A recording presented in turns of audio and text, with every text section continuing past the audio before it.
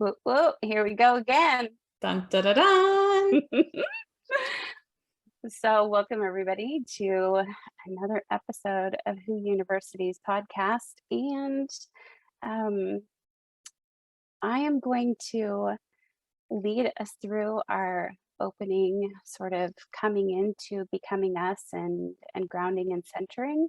And then after that, Erin's going to take over because we're talking about something different today. You ready? Yeah, let's do it. It's funny. I just before getting on here, I felt like so calm, and I usually do feel calm before getting on. And I usually also have to poop before we start. In fact, so much so that I oftentimes make Erin pause. I gotta go. This morning, I did that ahead of time of our recording. Actually, it's afternoon for me, it's morning for you. And all of a sudden, I just got this like little like butterflies come up in my stomach. So I'm just honoring that I'm noticing that in my body right now. And maybe because I know we're going to be talking a little bit about me today. So I just want you to notice, and all of you listening, just give some awareness to any sensations that are going on in your body. Focus on your breath. We always want to bring ourselves into our breath and just notice, be aware, no judgment about whether I'm not breathing deep enough, whether I was holding my breath or just breathing shallow. Allowing yourself to maybe look around, see what's around you, remind yourself that you're in a safe space. What level of awareness do you need to be in the space that you're in right now? Are you in a car? Are you at work? Are you out for a walk? Just notice your environment and notice on the outside, how safe do you feel? And then I want to invite you to take that safety and see if you can pull it in your body with your breath. Can you take a nice deep breath and take that safety in? And perhaps you're in a space where you don't feel safe right now. What would it take for you to feel safe? What would it take for you to be able to relax in the space that you're in? Is it going somewhere else? Could you do that within your body and your heart and your mind? Where do you find your safety? Could you find it outside of you and then bring it within you? Imagining using your breath as the thing that's drawing that safety within. And with your out breath, just allowing whatever tension might be there to be there. Notice how I didn't say to get rid of it. Like if we can just notice if there's any tension or discomfort within us, what would it be like to just allow that to be there? Just breathing into that. Allowing it to be okay if we feel uncomfortable, embarrassed, vulnerable, angry, sad. Could you just let those feelings be present and know that breathing into them, you won't die. Not trying to get rid of them, but just allowing them to be present. Notice what sensations they correlate with in your body.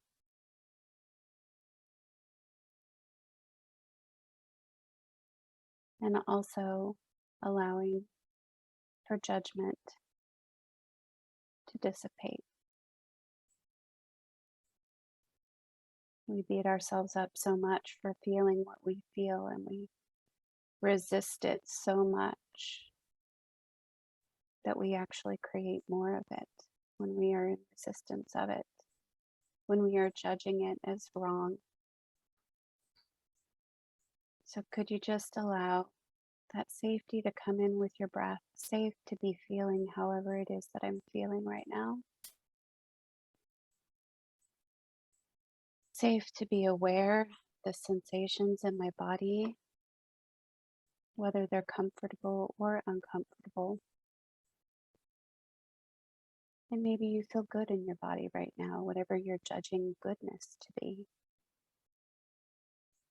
Can you allow that to just be? Can you receive that as well?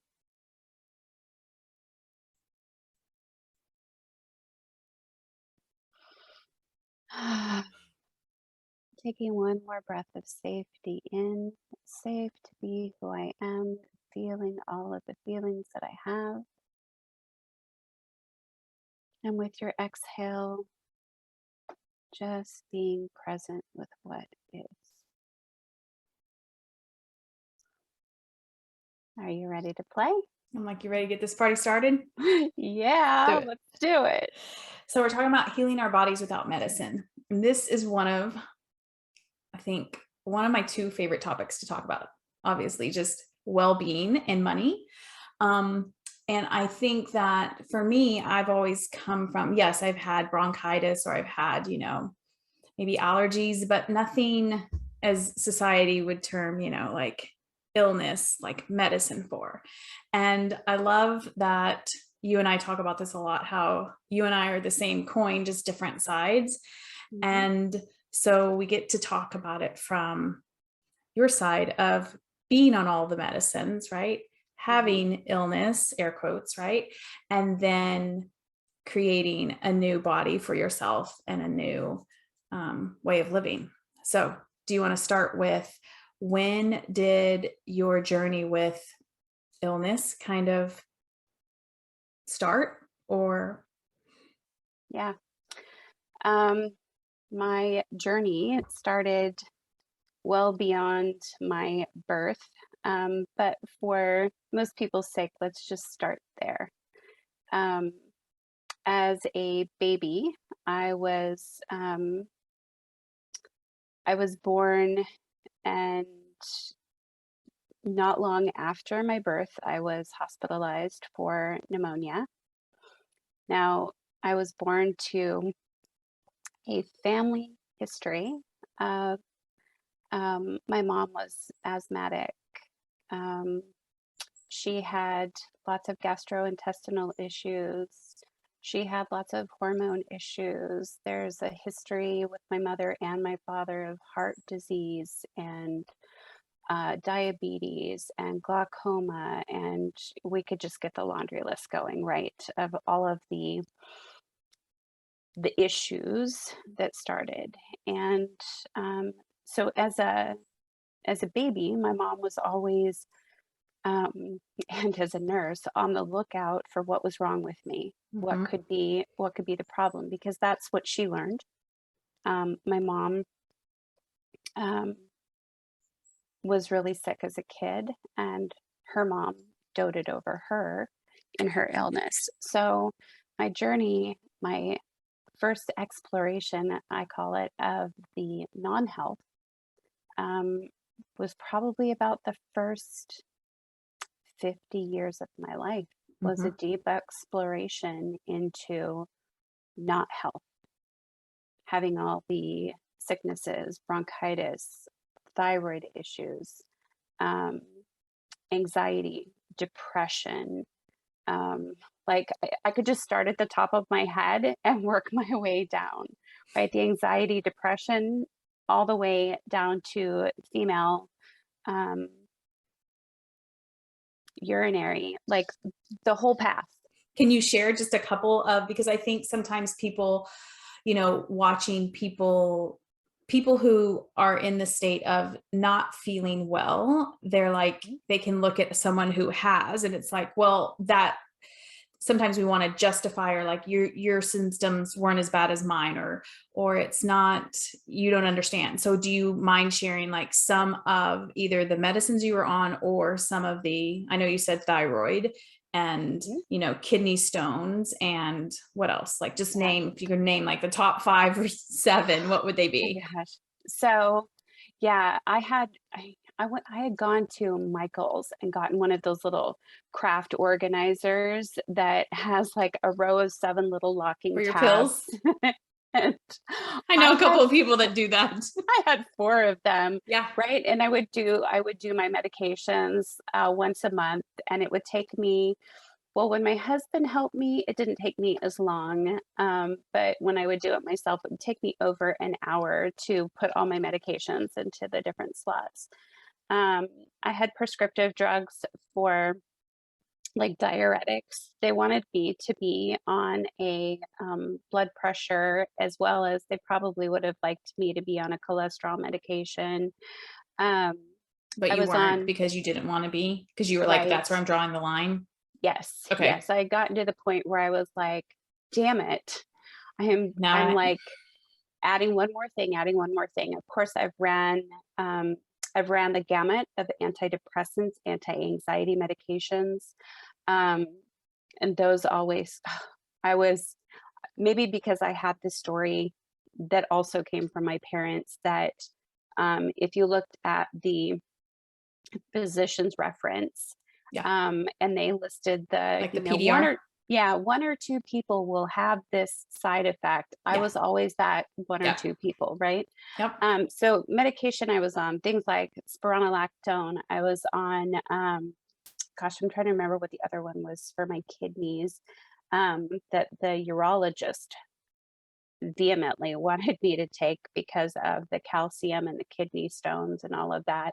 I was on Armor for my thyroid because it was hypothyroid. I was on um, some hormone medications because like, for years, my reproductive system was messed up. I had fibroids. I had, um, gosh, like, just talking about all of this medication I used to take, my body is like, "What the fuck is going on right now?" I'm just noticing, like, my heart being weird, and yeah, like, just remembering and talking about all these medications that I took. Oof. Like overwhelming, right? In a way, is that a Yeah. good way to Yeah, describe it? I my think a lot of people feel that way, right? Like they feel like, oh my gosh, like this is my life. And it ends up, mhm, if we allow it, controlling our life. yep.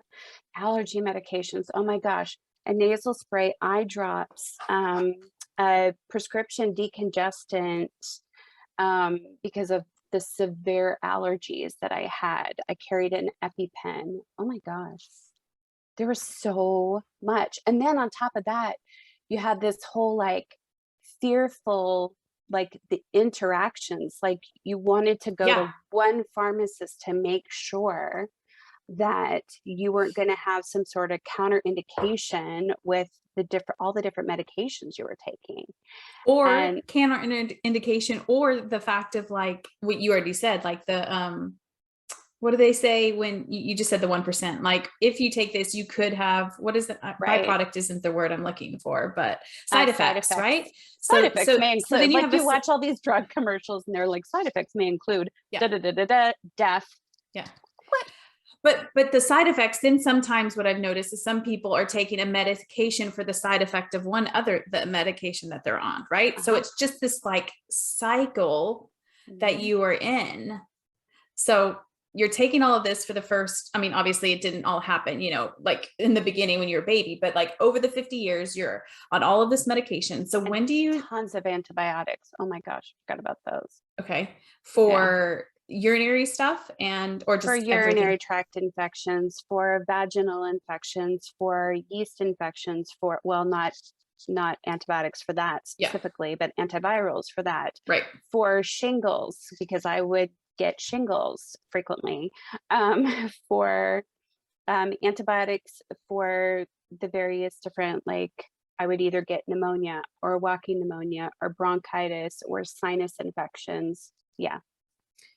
So when were you was it kind of just because your mom was a nurse? My mom was a nurse too. It's interesting. We Hmm. have very similarities.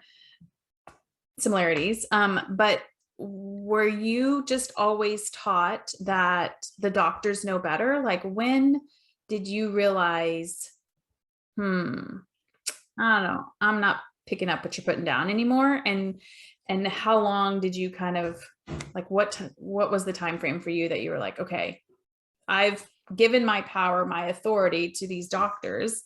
It's Hmm. not changing. Yep. Um, so in my early 20s, actually throughout obviously being a child, a teenager, my mom would always take me to the doctor. You need to go to the doctor, have this checked out, figure out what's wrong. And then my late 20s, early 30s, um, once I got good medical insurance and was able to, go to the doctor and afford to go to the doctor and get medications, then I started going to a number of different doctors with like a laundry list of these are all the issues that I'm having. And I found one good doctor, and he was, um, in my mind, he was like one of the few doctors that actually listened to me. And he's like, well, if you've got all these symptoms, if it walks like a duck and it talks like a duck, let's treat it like it's a duck. And he was the first one to start putting me on some thyroid medication. And I started feeling a little bit better. He also um, let me try and play with some antidepressants because I was seeing a therapist when I was younger and they recommended an antidepressant as well. But I always had just really weird reactions to those medications. And so I would say that probably through my 30s and most of my 40s, it was kind of this spectrum of first starting out all with Western medicine and going to the doctor and having tests run and, saying something is still wrong with me. Something's wrong Mhm. with me. I just never really felt quite well.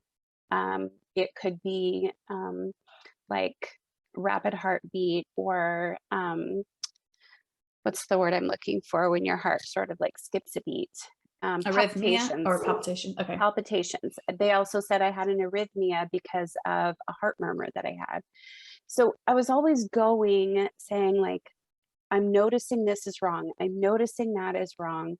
And pushing to have tests done. And then I had the doctor, the general practitioner that I had loved, went into administrative and stopped practicing as a doctor. And the replacement doctor that I went to, um, he had ran all my blood work and my thyroid came back way out of range. And he was like, oh, well, that's normal for someone your age. And I was like, the hell it is. And I started feeling like I wasn't being listened to. Like they just sort of had like, when you call 911, they have a script, you know, and it's like, okay, if this is this, then say this kind of thing. And I didn't feel like anybody was truly interested in helping me find wellness. They were just saying, like, this is the quality of life that you can expect. I went to geez, all the ologists I had a hematologist because I had a bleeding disorder. I went to so many different doctors and they kept telling me kind of the same thing. Either you just need an antidepressant or um, this is just what you can expect from someone your age. I was in my 30s and I was being told that being overweight, having struggles with blood pressure and that sort of thing, well, you have a family history. Certain things are just to be expected.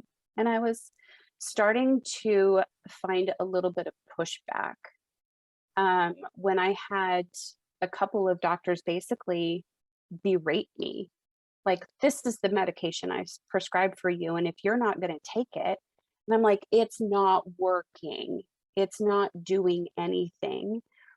And they weren't listening. And I started to feel angry. So then I switched and I was looking more towards the Eastern medicine route of things. And I started seeing a naturopath and going with alternative therapies, acupuncture, naturopathic, gosh, I can't even talk now, a naturopathic physician, Mhm. and more like herbs, as well as the prescription drugs I was taking for a few things that I just was so in belief that I can't stop Get taking my off of thyroid it. medication, right? Mhm, It's mhm. like, what is going to happen to me? I'm just going to start falling apart if I stop taking that, if I stop taking the diuretic for my kidneys, if I stop taking the stuff to help keep me from creating stones, just all of these things. Yeah.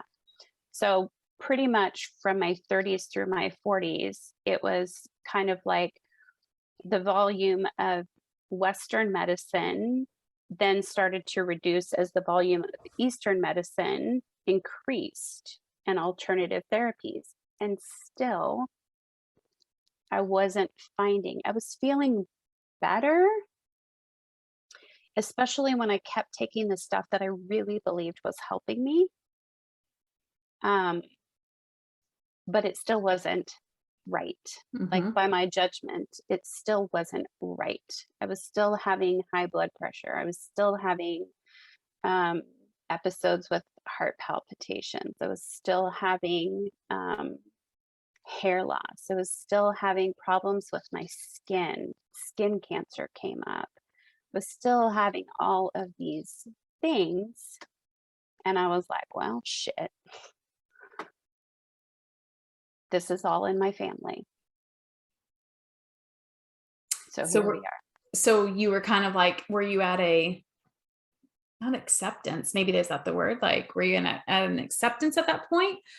Or you're like, okay, I've done the Western thing, I've done the Eastern thing, and I'm still having these air quotes issues, right? And this is the Yeah. thing too, I think people don't, and you said it in here, but we didn't talk about it. Is like people think when our bodies are showing us something, when we are having bladder infections, when we are having, you know, I don't even want to call it issues, but when our thyroid is showing us something, when we are having skin cancer, when we're having pain in our knees, whatever we're having, we think something is wrong.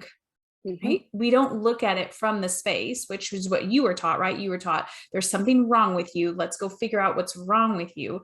Yep. Versus our bodies are highly intuitive, highly, all of the Hmm. things that we're meant to be well, feel well. And it's pointing us to look inward and to be like, what is right? Something's coming up for us. What is that? And instead of searching for the doctors, for the Western, for the Eastern, to eat the right diet, to do the right thing, we rarely go inward and are asking ourselves, body, what are you trying to tell me? Hmm. So when you had done the Western thing and then you had really done the Eastern thing and you were still at that place of like, okay, maybe nothing's changing. When were you like, okay, I'm going to do X? Because now you're well. So what was the next step that you took? All along the path in my 30s and my 40s, there was always this kind of feeling like when I was in my mid 30s and I went and saw the doctor that specializes, and I always forget this one, but the ologist that specializes in your hormones. Like he was looking at my thyroid. Endocrinologist. Endocrinologist. Thank you. When I went and saw him, and he said, well, this is just like what you can expect. There was a part of me that just said, no. Yeah, you're knowing. You're Yeah. knowing, right? Mm-hmm.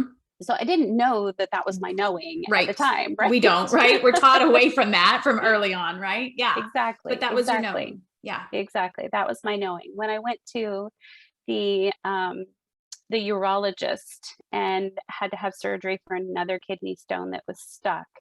He was like, "Are you taking this medication?" And I'm like, "It's not working." And he's like, "Well, you just have all of these things." And I'm like, "But no, that can't be like." There was always this knowing inside of me that was wanting to fight, but kind of like a dog that's been abused. I had that fight to find my wellness beaten out of me. So, um, it was coming up on 50 that I had, so at about 45, I had just decided that I was done struggling with my diet. I was done struggling with my weight. I was done struggling with all of these health issues. And I thought to myself, okay, I'm just going to eat as best as I know how, and I'm going to exercise and let the chips fall where they may. And I kept getting injured. I was doing CrossFit. I had lost weight. I was feeling strong, but I kept getting injured. And a friend invited me to a yoga retreat. I'm like, dude, have you seen me? I am not flexible. You want me to go to a yoga retreat? And she's like, it's a different kind of yoga. I'm like, I don't know. And she's like, I just feel like you need to be there.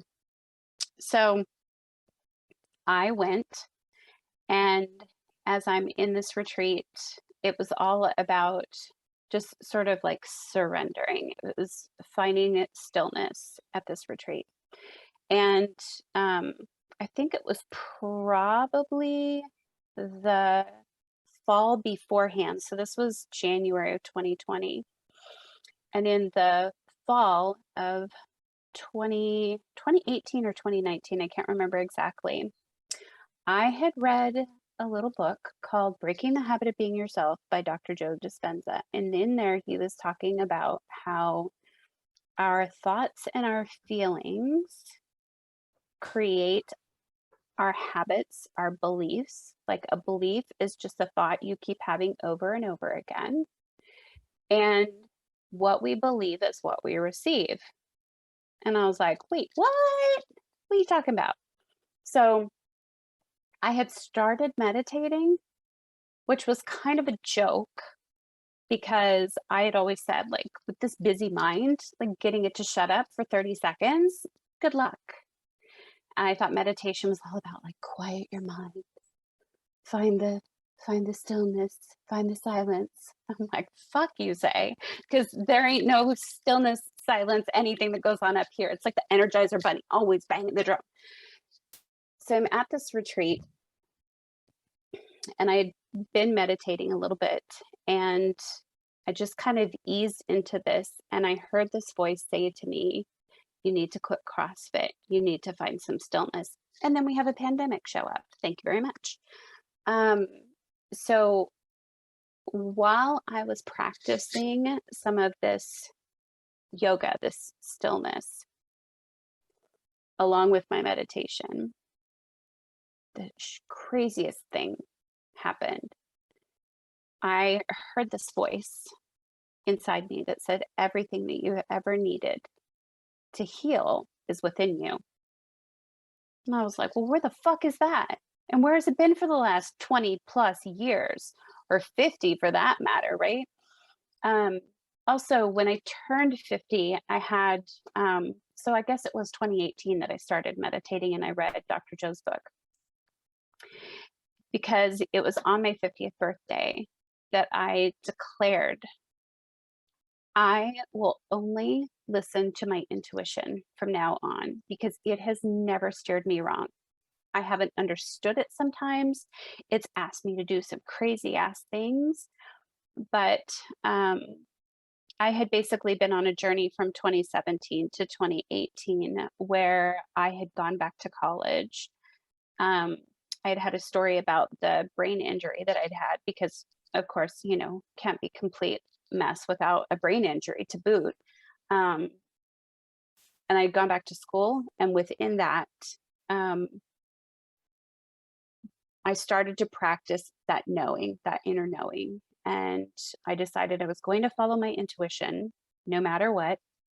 So when this voice came up and said, everything you need to heal is within you, I was like, well, shit. So that is when it was like the combination on my 50th birthday, which I was sick for, by the way. Actually, I was sick just beforehand. It was September of 2018. We were in Indonesia, and I was like, that's the last time I was sick. Um, so that listening to my intuition, my inner knowing, And then that voice that came to me early in 2020 and said, everything you've ever been looking for is inside of you. That's what essentially turned everything on its head. You mentioned it just briefly that when you went to, was it the endocrinologist with the thyroid, and you were talking about how he was, and I know gaslighting gets used a lot with, but I think sometimes, for lack of a better word, that is sometimes what they do. Of, we are taught that we're supposed to, they know more, they've been to medical school, they've, seen thousands of patients, all of these things, right? But they're also practicing from their own limitation and their own beliefs, right? Right. I can't tell you That's how why they many. call it practicing Yeah. medicine. Yeah. Nailed it. Yeah. Done. So No. many times, documentaries of people, like having spinal cord injuries, and the neurologist just comes in and is like, you have a 3% chance of walking. And, the person's like, well, fuck you, and then they end up walking, right? It's just like, Yep. what have we read? What do we believe? Where are our limitations? And so with the endocrinologist, did you feel like, and with other doctors too, did you feel like that? I know you're saying, listening to your knowing, but did you feel like that they knew better, or you were taught that they knew better, even though in your knowing, you're like, hey, this doesn't feel good in my body. What you're saying does not resonate with me. It doesn't feel in alignment. And then having that conflictedness, for lack of a better word, but you're the doctor, you say this. That's what I had learned my whole life, is that the medicine, the doctors had the power, the answer that I was looking for. And for me, it was always this frustration of like, why won't you look at this? Why won't you run this test? Trying to get them to help me. Yeah. Thinking that they had the answer, and they were just hiding it from me, or they didn't want to give me their time or their attention. And this is a pattern that shows up, by the way, in my whole life, is that the power was outside of me. My health and my wellness was outside of me, that everybody else owned it. And I was just trying to get them to give it to me. Yeah. Run the test, give me the medication, whatever that may be. And so, there was a huge amount of basically handing over my power, because this had been the conditioning that I had experienced my whole life, and my mom and my dad, right, and my grandmother. I'd seen this play out in a number of ways, and this was also what I gifted to my daughter, right? Mm-hmm. This belief that if something was wrong, I needed to take her to the doctor. Because the other piece of this is, like, in the beginning, when we talk about trauma and we talk about the stress response, there are kind of different phases. There's the anger phase. There's the resistance or fleeing or wanting to get away phase. And then there's the freeze phase, where we essentially anesthetize ourselves in preparation for death, so that we don't feel the pain of dying. And what I noticed with the doctors was reversing out of that. Like, we go in and then we have to come out. So years of the doctors have the answer, but they're not going to do anything. Like, they're not invested in my health as much as I am, had me kind of in this freeze state. And so what I noticed, the move from Western medicine to Eastern medicine was the beginning of that resistance, that wanting to flee, to wanting to push away, saying, hey, I want to live here. I want to have wellness.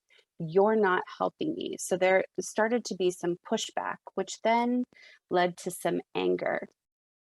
And that was me allowing myself to be angry at every doctor that ever basically walked into a room with the file folder in their hand, didn't even look at the folder and said, what you need is an antidepressant. Or, well, we've run all these tests on you and we're not finding anything. So, like, go about your business, have a nice life. This is just your new normal, Yeah. right? Yeah. So I had to allow for this anger to start coming up. And essentially within that anger, allowing it to be, then I started to have that fight in me. Whenever we're faced with a predator, our human evolution, our survival is based on us either fighting, running, or playing dead. And so once I allowed myself to experience this anger, in fact, I even had this was wonderful. I had a chiropractor that was also pretty open-minded. And I called him up one day and I said, I'm going to come in for a visit. And I want you to just get all over my ass about my blood pressure. I want you to take my blood pressure and then just berate me like that this is a problem. You need to do something. You need to get on medication.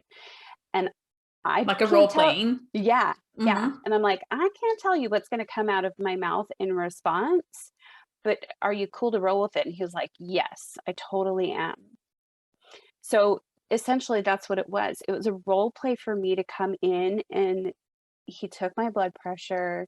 He got on me about the seriousness of it, how I'm really concerned you're gonna die. You need to be on medication. And I basically went off on him. I was like, you don't know my body. You don't know what's right for me. And I just got to have this pushback. And then after that, what really started to transform things was I started having compassion for every doctor that I'd ever been to that had told me, this is just how it is. I can't do anything. There's nothing wrong with you. What you're experiencing is just how your life is going to be. I started having compassion for all of them because I actually allowed myself to see and believe that their role that they accepted as a doctor was, I'm supposed to be able to heal people. And I find myself in a place where I don't know what to say. I've done the things that, the 911 sheet, like, what do I do? How do I treat this person? And And also, I don't want to say controlled, right? But because we're not ever controlled, but like, the insurance companies and, pharmaceutical companies and all of the shenanigans that goes on between right. medicine and insurance and pharmaceuticals. So, feeling, and then if you have stories as the doctor, stories around money, right? And you don't want to say things or step outside the comfort zone, right? Hmm. Because of your paycheck or, pharmaceutical companies, Liabilities. all the things, right? Right. So yeah, having compassion for, like, they're doing what they've kind of been taught how to do, and they're not Exactly how questioning anything, right? Yep, exactly how they've been conditioned. It's the same. They're the same as me. Yeah. They're the Yeah. same as me. They're believing that their power is in being able to create a solution or heal a person. But if that person is unable to receive that healing, if that person is unable to identify with their wellness, there's no amount of prescription drugs, medications, surgeries in the world that's going to fix that. Yeah. So you're at the place where you're like, okay, my knowing is when you're at the yoga retreat and you're like, okay, my knowing says you have everything within you. Hmm. Did you feel like, holy fuck, like, game on, right? But how, right? Your brain wants to go to the how am I going to do Yep. this? Okay. Yep. So for people watching, when they're like, yeah, this is great, lady, but how? How do you do this? Yes, that is the key, right? We think that we need to know the how. Step 1, do this. Step 2, do that. And there is no how. Um, it's There is a how. It's different for everybody, yes, and it's at the end of whatever has been accomplished, right? Making the money, creating the body of what through wellness, all of the things. It's going to be yes, different for everybody, but we need to be asking and doing what? yes.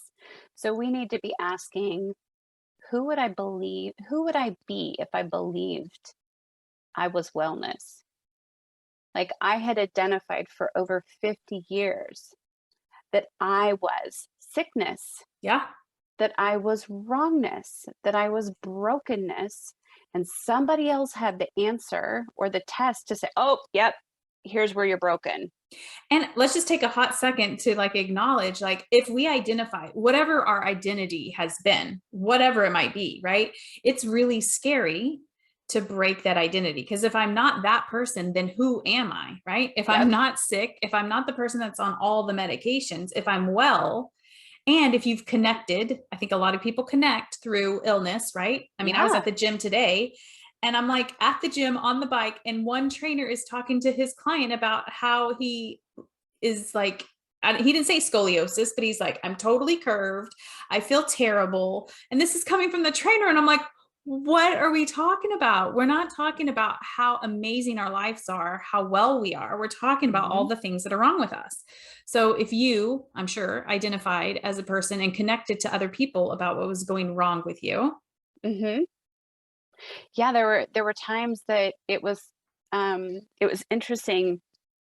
I had a lot of people in my life that is exactly how we connected. What medication are you taking? What supplements are you taking to try and feel better? I did nails for 30 years and I had clients sit with me and they would tell me all about how they were feeling. And because like I lived and breathed medicine, um, wellness or lack thereof, like that's how I would connect with people. What sexual dysfunction do you have going on? What anxiety or depression do you have going on? What heart disease, diabetes, like those were all the things that I could connect with people on. So yeah, there was a lot of that. There was a lot of belief that a lot of I had so much invested Mm. in my lack of wellness. The idea, like my knowing at one point said, stop taking everything. And my mind was like, the fuck you say? This is not, like, I'm just going to fall apart if I do that. Like, I am seriously terrified. I took pictures several years ago. I had a binder, a 4-inch thick binder that was bursting at the seams with tests and diagnoses and all of these things. And I had an Excel sheet that I would carry with me everywhere I would go, like especially as a diver. Oh my gosh, like I had a I had a like a wellness bracelet, an ID tag that said like these are all the medications that I take. These are all the issues that I have. I was like, stop taking everything? Uh, uh, uh, no, like total blue screen. Body was just like, like Mm-hmm. what's gonna happen? Who would Mm-hmm. I be if I was well? Mm-hmm. I had no idea. And that was terrifying Yeah. because it was asking, what I was having to make the choice was to say, who would I be if I believed that I was well? Who would I be if my stories were about wellness. Mhm. I don't know anybody who's well. I don't know anybody who has a story of wellness. I have no examples around me except maybe my husband. My husband has had very few things that he's had to work with or deal with in his life. And he just sort of has the story about, like, yeah, I never need to go to the doctor. I'm always well. We had, I mean, he worked at Intel for 26, 27 years. And I joked about him being my insurance sugar daddy, but I used his insurance like a million times more than he ever did. He maybe So many used it. people do that. So many people can relate to that. They can relate Yeah. to that, and they can relate to the 4-inch binder, and they can relate to the Excel spreadsheets, and they can See? relate to like calendars around, going to the doctor, and that's what your life revolves around. Yep. So you're scared, right? You're scared.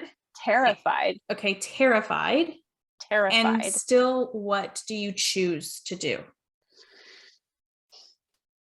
It was baby steps, Yeah. lots of baby steps. Yeah. It was staying with my meditation and sitting with myself and allowing myself to feel that fear come up.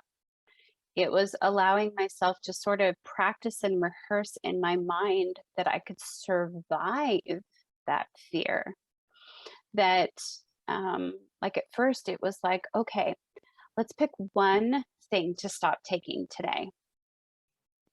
Let's pick something in like a month from now to start taking. And so it was this slow progression of sort of like, okay, I'm going to stop taking this thing and I'm going to know that there's probably going to be some things come up that I'm going to be like, oh my gosh, stopping taking this. This is what's happening. Yeah, because your brain has been programmed to be like, okay, it's because of this. This is why this is Yep. happening, because I'm not on this medication now. Yep. Yep. Exactly. Mm-hmm. Um, so I started this process probably in 2018, 2019. Okay. And I think it was probably close to 2020 where I had slowly weaned myself off of most of the medications, most of the supplements and things. And then COVID came about. Mm-hmm.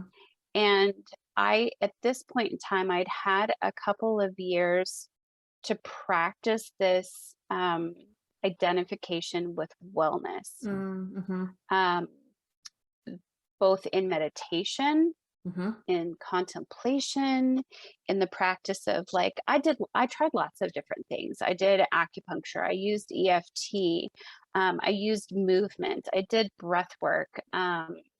I went through several trauma and embodiment courses. I use lots of different hypnosis, different modalities to play with, to allow me to start to make this change. I basically had some. I had. I found people around me that believed in wellness, Yes. And I and do I do want to say here that a couple of things. One, just because Tanya's knowing said get off of everything doesn't mean someone else's knowing is going to say that, right? So right, don't look to Tanya and be like, well, this is what she did. Like what we want to empower people to do is like to look within, right? Like it might yes, be for you, I stay on this and I continue to do my meditations and I continue to go within and find what works for me, but believe that I'm a well person, not a sick person. Number yeah, one. And two, the you were saying about the finding people that you could identify with that believed in wellness and believed in healing. hmm, And even though this is where I think, and Dr. Joe talks about this, even though we feel fear, we feel terrified, we feel hmm, doubt, we feel those things, those emotions, still showing up for ourselves, yep, wanting wellness more than we want illness or not, yeah, or the absence of. It's not illness, right? It's everything is the absence of yep. whatever it is, right? So So it's it was, I think some of the key pieces of this was not in the how I did it. Oh, did you go see an acupuncturist? Oh, did you go see a hypnotherapist? Oh, did you use EFT? Oh, did you do breath work?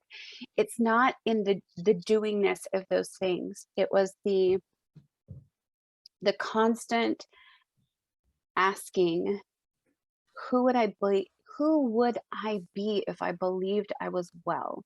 Because from the well person standpoint, if you're looking at me, right, the other side, Hmm. I never think about my wellness, right? I'm just Hmm. well. I just walk around and I'm well. And when Yep. I very rarely, if I have something come up now, it's like, it's not, I'm not sick. It's just my body showing me something. And so, well, people don't think about being well. They just are, right? Yeah. Yeah. Um, so it's allowing yourself, there's so much allowing that needs to happen, Yeah. and receiving. This is the Yes. other thing, receiving, allowing yourself to believe that things could be different. Even just to question it, Because this is right? really a worthiness thing too, right? This is like, Absolutely. I'm worthy of being completely well, of having the life that I want, of being free in my body, of being able to do whatever I want to do whenever I Mhm. want to do it. Yep. And because everyone is so different, there is no way to say, how, step one, step two, step three, because here were some of the other elements that came in that I didn't become aware of initially. And when you just said about worthiness, like learning how I love and how I receive love had to change. Because in the past, how I received love and attention was to go to the acupuncturist and get a treatment, was to go to the chiropractor and get a treatment, was to be able to talk to other people about their sickness and be able to connect with them. How I received love and nourishment in my life was all around sickness and treatment instead of around joy or fun or play. And wasn't it also probably too a lot of, and we all have experiences where conditioned this way, but a lot of people pleasing. Like you Oh, thought hell love, yeah. you thought love was giving to others in terms of whatever that might be, your time. And yes, you did use love as gifts, right? But Hmm. like a lot of trying to meet everyone's needs before your own. And we Hmm. talk about this on so many episodes of podcasts of just, you've got to, when the airplane pops down the O2 masks, we need to put it on first. And are we filling up our own cup first Yep. through joy and love and fun and pleasure? Yep. And if you think about those emotions, if you want to talk about this some, like if you think about the vibration of those emotions and where healing happens is at maybe off, but 500 or 540, right? 540 Yep. hertz, right? That's where joy, fun, pleasure occurs. But a lot of us are in vibrations of anger, frustration, resentment, sadness, Hmm. depression, which are all hundreds or below 100, right? Yep. So you had to have also an identity shift of who is a person that has and enjoys herself, has a lot of fun in her life. You had to figure out how to play. Hmm. Talk a little bit about that. So it's kind of funny. The image that came up, like images are big things for me. I hear things and I see things. And I think we need to make a note. We need to have another podcast about knowing, because we have discovered how you and I, our knowing shows up in different ways. Our knowing, our intuition, our connection with that part deep, the intimacy within ourselves. Um, but the image that just came up was when I was in gymnastics. I loved being a monkey. I loved swinging around on the uneven parallel bars and doing cartwheels and back bends. And I remember as a kid, we would get up on the jungle gym and we'd put our coat around the bar, and we're way up high, right? We'd put our coats around the bar, and then I'd have one leg over the bar and one leg down, and I would lock my foot around my leg that was down, and then we would put our arms under the bar, and we would just spin and spin and spin and spin and spin. I loved doing things like that. I loved being swinging around and just being a little crazy gymnast, a monkey, to dance, to do all those kinds of things. And once I got a little bit older, when I was doing gymnastics when I was young, I got a little bit older, gymnastics started to get a little more serious. Like, Mhm. this isn't just for fun now. We're gonna compete. Competitions. We're Yeah. gonna we're gonna do these kinds of things. And I broke my arm on the uneven parallel bars doing a dismount that was new for me. And I really wanted to try it because it basically took you off the top bar. You would do a backhand circle off the top bar, and you'd fly over the bottom bar, land, end, right? Well, I think I might have had just a little bit of a delay in letting my grip go on that top bar because I was afraid. And I didn't quite clear the lower bar when I came across, and my arm went back and smacked the bar. And I was wearing my favorite leotard. It was black with a white stripe down the side. And the school called my mom and said, "We think Tanya's hurt herself. You need to come." And the memory that stands out from that is my mom coming and picking me up from school and me freaking out. I didn't want her to cut my favorite leotard off. And so she didn't. She was very careful in taking it off of me and then taking me to the doctor to get an x-ray and all of that kind of stuff. But I got her love and attention and her care in that moment. So the the play aspect, the fun aspect had started to fall out of gymnastics for me. But here was this moment where I got my mom in a different way than I'd ever gotten her, like a way that I very rarely got to be with her. And really wanted. Yeah. And so people might not see how this connects to that wellness piece, but me going back like recently, playing with silks, playing on the lyra, um, dancing, like I think a year and a half, almost 2 years ago, I started playing with dancing. And um, like just letting that be fun instead of competitive or structured or looking like anything I wanted it to look like, and not forcing my body to do things that felt scary or uncomfortable from a place of like, well, you should be doing this. As I started playing with those things and allowing myself to be almost childlike in the exploration of that, like I'm not doing this for competition. There's a gal on Instagram called Lizzie Dances. I saw her about a year ago in a post, and what I saw was this girl that just wanted to dance, and she doesn't have the body of a dancer, at least what our society tells Society would us. say. Yeah. Exactly. And I saw her dancing, and I was like, damn, I am inspired by this girl. I'm just totally inspired by her. And it's interesting, she has a health issue that has created this body. Whether that's her story or not, like that's not for me to judge or decide. But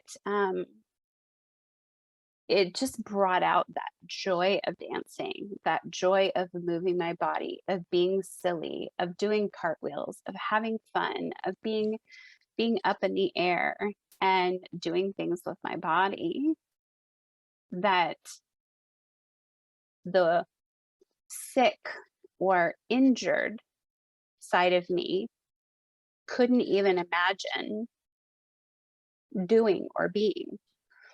But when I just kept asking myself, who is the girl whose wellness, who is wellness? Who is the girl that um, is flexible rather than completely, totally tensed up? Who is the girl that is healthy and can eat whatever she wants? Who is the girl that it is doesn't like is free and safe to be in the world? Like allergies, that was a whole programming of I'm not safe in the world. I'm not safe. The skin cancer. I'm not safe to be out in the world. I'm not safe in my skin.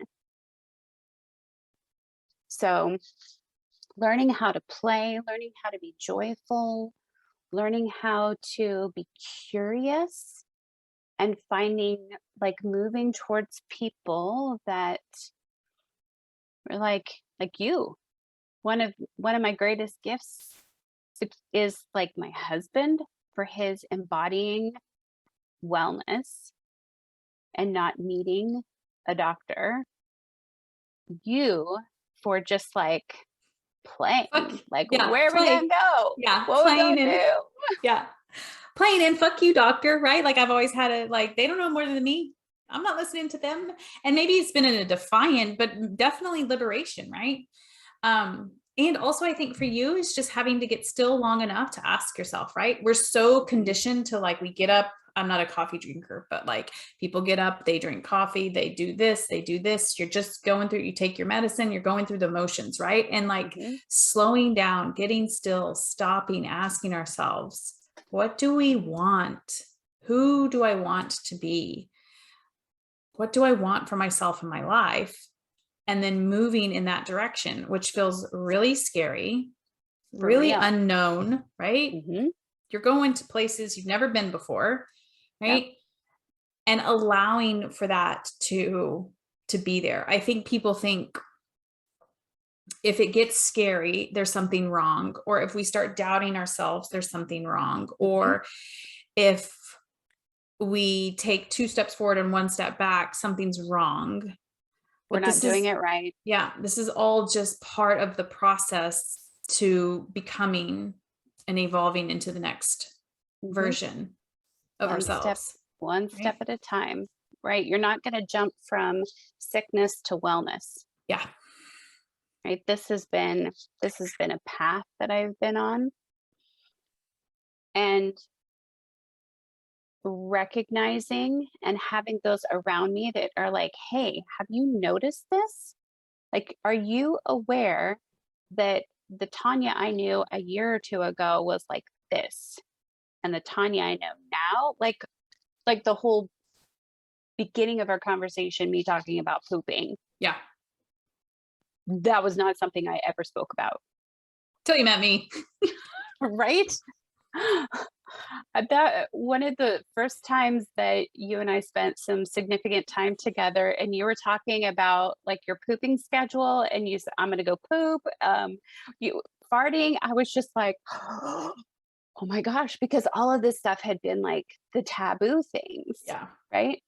So, um, just being able to talk freely and openly leads Is to part of wellness. receiving, right? Is part of Yeah. receiving, right?